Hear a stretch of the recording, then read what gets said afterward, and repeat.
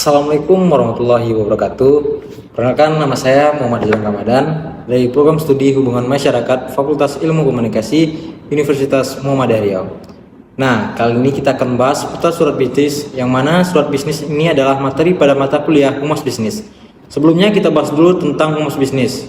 Tujuan Humas Bisnis adalah membangun citra positif perusahaan di mata publik dan menjaga hubungan yang baik dengan para stakeholder perusahaan. Humas Bisnis meliputi beberapa penerapan seperti hubungan dengan pelanggan, hubungan dengan pemegang saham, hubungan dengan karyawan, hubungan dengan pers, bantuan untuk merekrut pegawai baru, dan hubungan dengan komunitas tertentu. Nah, kali ini kita memasuki pada pengertian surat bisnis. Surat bisnis adalah komunikasi tertulis yang digunakan dalam lingkungan bisnis untuk menyampaikan informasi, permintaan, atau tindak lanjut. Surat bisnis biasanya memiliki format formal dan berisi elemen-elemen tertentu. Isinya dapat mencakup rincian produk atau layanan, penawaran harga, atau agenda pertemuan. Kejelasan, kesopanan, dan profesionalitas sangat penting dalam urusan surat bisnis untuk menjaga hubungan yang baik dengan para bisnis. Tujuan dari surat bisnis ini adalah menjalin kerjasama dengan perusahaan lain yang terkait, memastikan kesepakatan, dan menyampaikan informasi yang diperlukan untuk berbagai kegiatan bisnis. Surat bisnis dapat digunakan untuk berbagai tujuan seperti undangan, kesepakatan, informasi, pernyataan, dan lain-lain. Nah, kita masuki fungsi surat bisnis. Yang pertama adalah sebagai bukti tertulis yang otentik. Surat bisnis bisa berfungsi sebagai bukti hitam di atas putih yang otentik dan sah. Bisa digunakan sebagai bukti untuk surat perjanjian bisnis, pembayaran, dan lain-lain. Sebagai sarana meningkatkan kerjasama dengan pihak lain dapat terjalin lebih kuat melalui keberadaan surat bisnis. Sebagai referensi dalam merencanakan atau menindaklanjuti suatu kegiatan bisnis, surat bisnis yang bisa didokumentasikan dan diarsipkan dengan baik merupakan sumber data yang kelak akan diperlukan sebagai bahan referensi baik untuk kegiatan perencanaan maupun untuk menentukan sikap menindaklanjuti suatu kegiatan atau keputusan tertentu. Nah, selanjutnya kita akan membahas struktur surat bisnis. Yang pertama ada kop surat. Kop surat ini resmi pasti mempunyai kop surat. Di mana pengertian kop surat adalah bagian memuat informasi tentang perusahaan atau instansi yang membuat atau mengirimkan surat. Kop surat menjadi hal yang harus diperhatikan dalam pembuatan surat kerjasama.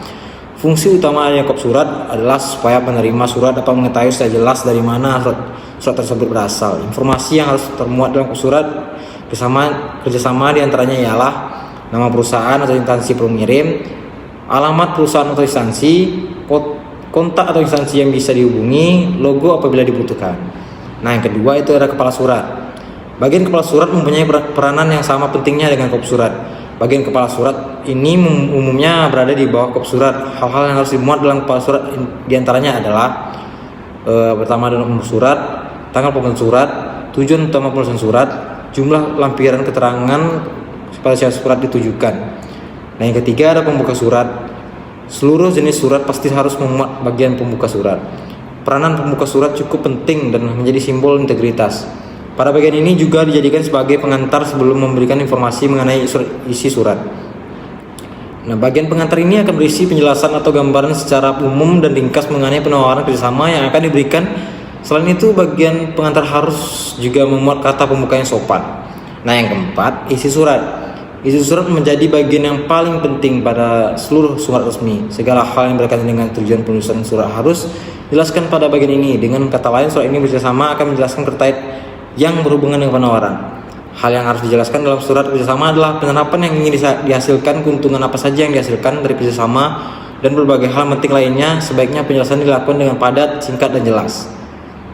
Isi surat diusahakan untuk tidak bertele-tele dalam menjelaskan tujuan penawaran oleh suatu pihak. Jika ada informasi yang lebih detail mengenai hal yang disampaikan, sebaiknya menggunakan lampiran.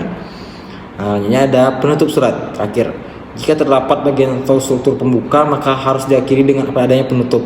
Pada bagian terakhir ini biasanya mencantumkan kontak yang dapat dihubungi untuk menerima penawaran kerjasama.